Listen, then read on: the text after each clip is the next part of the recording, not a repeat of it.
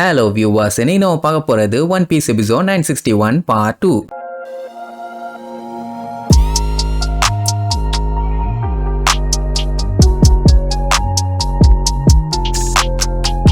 Open பண்ணா ஹக்குமையில காட்டுறாங்க. அப்போ ஓடன் வந்து யாசுய பாக்குற காண்டி போறான். அந்த டைம்ல அவரு தானே ஹக்குமையோட டைமியோ. ஆக்சுவலா மனுஷன் ஓடனுக்காண்டி தான் வெயிட் பண்றாரு. ஆனா அவன் வரும்போது நான் எதுக்குடா உனக்காண்டி எல்லாம் வெயிட் பண்ணும், எனக்கு வேற வேலை இல்ல அப்படி இப்படின்னு அவர் பாட்டுக்கு வாங்குவாங்கன்னு வாங்குவாரு. ஆனா ஓடன் அதெல்லாம் பெருசா கண்டுக்கிற மாதிரி இல்ல. என்ன அங்கிள் இப்படி பேசிட்டு இருக்கீங்க அப்படின்னு ஜாலியா பேசிட்டு வரும்போது இடையில பாத்தீங்கன்னா கொஞ்சம் தண்ணி கொட்டி இருக்கும். அதுல போய் ஓடன் மிதிச்சிடக்கூடாதாமா. அதனால அதுக்கு முன்னாடி அங்க இருந்த வேலைக்காரன் போய் விழுந்து நீங்க எல்லாம் அந்த சகதியில மிதிச்சிடக்கூடாதுன்னு அவன் ஃபுல்லா சகதி ஆயிடுவான். யாரான்னு பார்த்தா இவன் தான் புதுசா வந்திருக்க சர்வன்ட் ஒரோசுமி ஒரோச்சி. யாருன்னு தெரியுதா?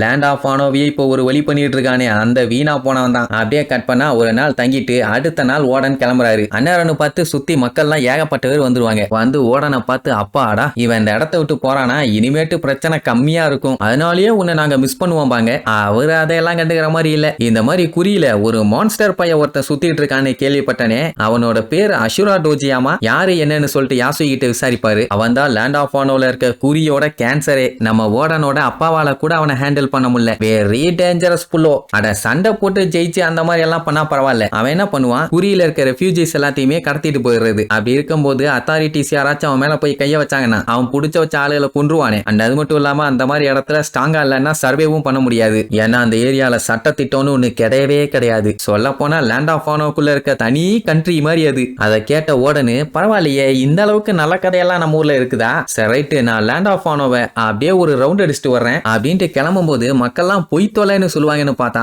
உடனே கின்னு டெஞ்சிரோ எல்லாத்தையும் பார்த்து நல்லபடியா போயிட்டு வாங்க அப்படி இப்படின்னு பயங்கரமா நலம் விசாரிச்சு அனுப்பி விடுவாங்க. யாசுய் பார்த்துட்டு அவன் பாட்டுக்கு வர்றான் போறான் அவன் இஷ்டத்துக்கு தான் இருக்கான்னு சொல்லிட்டு இருக்கும் போது திடீர்னு ஒருத்தன் யாசுய் சாமா பஞ்சாயத்து பஞ்சாயத்துன்னு ஏத்திட்டு வருவான். என்னடான்னு வந்து பார்த்தா ஒரு நாள் தங்கிட்டு அதுக்கப்புறம் தானே கிளம்புனாங்க. அவங்க தங்கின இடத்த கண்ணா பின்னான்னு உடைச்சு செதறடிச்சு நாரடிச்சு குப்பை மாதிரி ஆக்கி வச்சிட்டானுங்க. யாசுய் அதெல்லாம் ஒண்ணும் பெருசா எடுத்துக்கிட்ட மாதிரி தெரியல. பரவாயில்ல விடு, நேச்சுரல் டிசாஸ்டர்னு சொல்லி முடிச்சிருவோம், இதை சரி பண்ற வேலையை பாருங்க அப்படிங்கிற மாதிரி சொல்லுவாரு. ஆனா அங்க லாக்கர்ல இருந்த காசு எல்லாமே காணாம போயிருக்கும். ஐயோ இது வேறையான்னு யாசோய் சாக்குல இருக்கும் போதே அந்த ஒரோச்சி வந்து கோர்த்து விட்டுருவான். அதுவும் எப்படி நடிச்சுக்கிட்டே சொல்லுவான். எனக்கு சொல்றதுக்கு ரொம்ப கஷ்டமா இருக்குது, இருந்தாலும் நான் சொல்லித்தானே ஆகணும். ஓடன் தான் அங்க இருந்த காசு எல்லாத்தையுமே அவரோட பாக்கெட்ல அள்ளி வச்சுட்டு போனாரு. அதை நான் என் கண்ணால பார்த்தேன்பா. யாசோய்க்கு நல்லாவே தெரியும் ஓடன் எடுத்தான்னா ஓப்பனா எடுத்துட்டு போவான். இந்த மாதிரிலாம் மறைஞ்சு மறைஞ்சு இல்ல தெரியாமலாம் எடுக்க மாட்டான். உண்மையா தான் சொல்றியா ஒரோச்சின்னு அழுத்தி கேட்டா ஐயோ ஆமா நான் தடுக்க ட்ரை பண்ணேன் ஆனா அவரு கேட்கவே இல்லாமா. யாசோய்க்கு ஏதோ ஒன்னு சரியில்லையேன்னு மைண்டுக்குள்ள ஓடும். சரி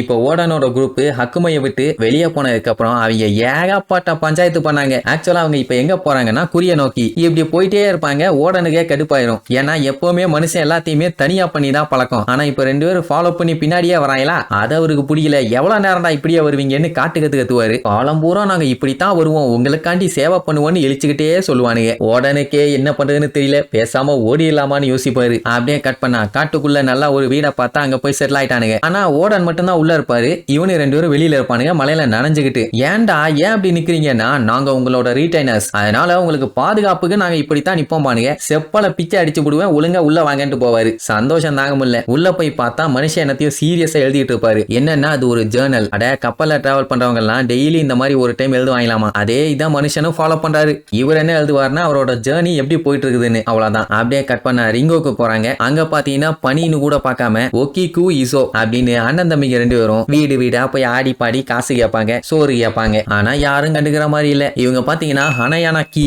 அப்படிங்கிற ஒரு டான்ஸ் மாஸ்டரோட பசங்க. ஆனா அவர் இப்ப இல்ல, பாத்துக்க ஆள் இல்லாதனால இவங்க தானே ஏதாச்சும் பண்ணி சாப்பிட்டாகணும். சோ வீடு வீடா போய் டான்ஸ் ஆடி பார்த்தாங்க. ஒன்னு வேலைக்கு ஆகல. அதுக்கப்புறம் இவங்களும் ஓடன் கூட சேர்ந்துக்கிட்டாங்க. அப்படியே டிராவல் கண்டினியூ ஆச்சு. ஓடனுக்கு இப்படி ஆளுக சேர்றது சுத்தமா பிடிக்கல. மனுஷன் தனியா இருந்தா வெளின்னு ஒத்தாலா உட்காந்து வெளுத்துக்கிட்டுவாரு. இப்ப ஆளுங்க சேர சேர சமைக்க அவங்களும் எடுத்து தின்னுக்கிறாங்களா, அதான் அவரால் தாங்கிக்க முடியல. இவங்க வந்து ஒரு ஃபேமஸ் டான்ஸ் மாஸ்டரோட பசங்க தானே, அவங்களோட அப்பாவை அரெஸ்ட் பண்ணிருக்காங்க. அதனால குடும்பம் உடஞ்சு போய் இவங்களுக்கு இந்த நிலைமை. ஓடன் கூட சேர்ந்ததுனால தான் இப்ப நிம்மதியான சாப்பாடே கிடைக்குதுன்னா பாருங்க. அப்படியே கட் பண்ணி கிபியில காட்டுறாங்க. எவனோ ஒருத்தன் பயங்கரமா ஒரு பொண்ணை விரட்டி அவளோட முடிய வெட்டி எடுத்துருவான். அந்த கிறுக்கு பயிலுக்கு இதான் வேலை. அந்த முடிய வித்து அந்த காசுல வாழ்ந்துக்குவான். நம்ம ஆளுங்க கிபியில தான் அந்த டைம் வந்து தூங்கிட்டு இருந்திருப்பாங்க. அவ்வளவுதான். அதான் கண்ணி வச்சிட்டான். அது வேற யாரும் இல்ல, காஞ்சிரோ. நம்மளுக்கு தூங்கிட்டு இருக்கிறத பார்த்துட்டு செத்து போயிட்டாங்கன்னு நினைச்சு மண்டையில கைய வைக்க போய் நல்லா அடி வாங்குவான். சரி ரைட்டு அங்க இருந்து கிளம்புனா அவனும் இவங்கள ஃபாலோ பண்ண ஆரம்பிச்சிட்டான். இப்படி கூட்டம் அதிகமாகிக்கிட்டே போகுது. அவரும் எவ்வளவுதான் கத்தினாலும் யாரும் போற மாதிரி இல்ல.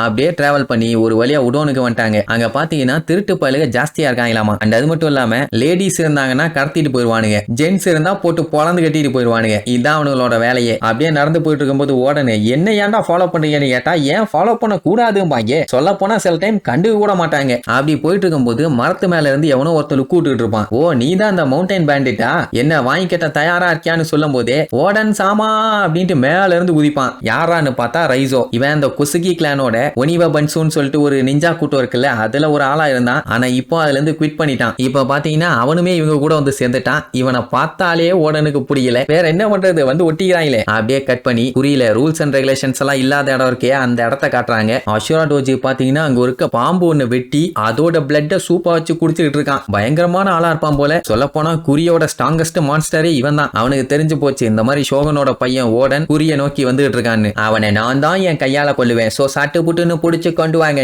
பிளட்ட ஏதோ சூப்பு மாதிரி குடிச்சுக்கிட்டு இருப்பான். அப்படியே கட் பண்ணா இங்க பாத்தீங்கன்னா எல்லாம் ஜாலியா உட்காந்து சாப்பிட்டுட்டு இருப்பாங்க. ஓடன் எங்கன்னு கேட்டா அவர் சவுத் சைடு போயிருக்காராமா. சரி எப்படியும் வருவாரு. ஆனா என்ன இப்படித்தான் சில பல டைம் காணாம போயிட்டு ஒரு நாள்ல 2 நாள் கழிச்சு தான் வருவாராமா. அப்பதான் டிஞ்சிரோக்கு ஒரு மேட்டர் ஸ்ட்ரைக் ஆகும். சவுத் சைடு தான் குறியோட கேட்டே இருக்குது அப்படின்னு இவங்க எல்லாத்தையும் இங்க சேஃப்டியா உட்கார வச்சுட்டு அந்த ஆள் மட்டும் குறிக்கு தனியா சண்டை போட போயிட்டான். விடுவாங்களா நம்ம ஆளுங்க. அவருக்காண்டி நான் தான்டா முதல்ல சாவேன்னு அடிச்சு புடிச்சு ஓடனுக்காண்டி ஓடுவாங்க. அங்க மனுஷன் பாத்தீங்கன்னா கேட் இருக்கிறதெல்லாம் மதிக்கவே இல்லை. ஸ்வாட வச்சு 2 சுத்து சுத்துவாரு, எல்லாம் சில்லு சில்லா கீழே சதுரி விழும். அதுக்கப்புறம் பாத்தீங்கன்னா எக்கச்சக்க பேர் ஆயுதங்களோட நின்றுட்டு இருப்பாங்க. அந்த அட்மாஸ்பியரே பார்க்க அவருக்கு வித்தியாசமாவும் வேற ஒரு உலகத்துல இருக்க ஃபீலை கொடுக்குது. அத்தனை பேரும் ஓடனை கொல்றக்காண்டி தான் நின்றுட்டு இருக்காங்க. அதுலயும் அஷுரா டோஜி எல்லாம் நான் தான் அவரோட தலையை எடுப்பேன்னு வெறியில இருக்கான். எவனா இருந்தாலும் ஒரு கை பார்த்தலான்னு ஓடன் சண்டைக்கு சும்மா மாசா இறங்குவாரு. இதுக்கப்புறம் யார் யார் மண்டையெல்லாம் உடைய போகுதுன்னு அடுத்தடுத்த எபிசோட்ல பார்க்கலாம். டாடா.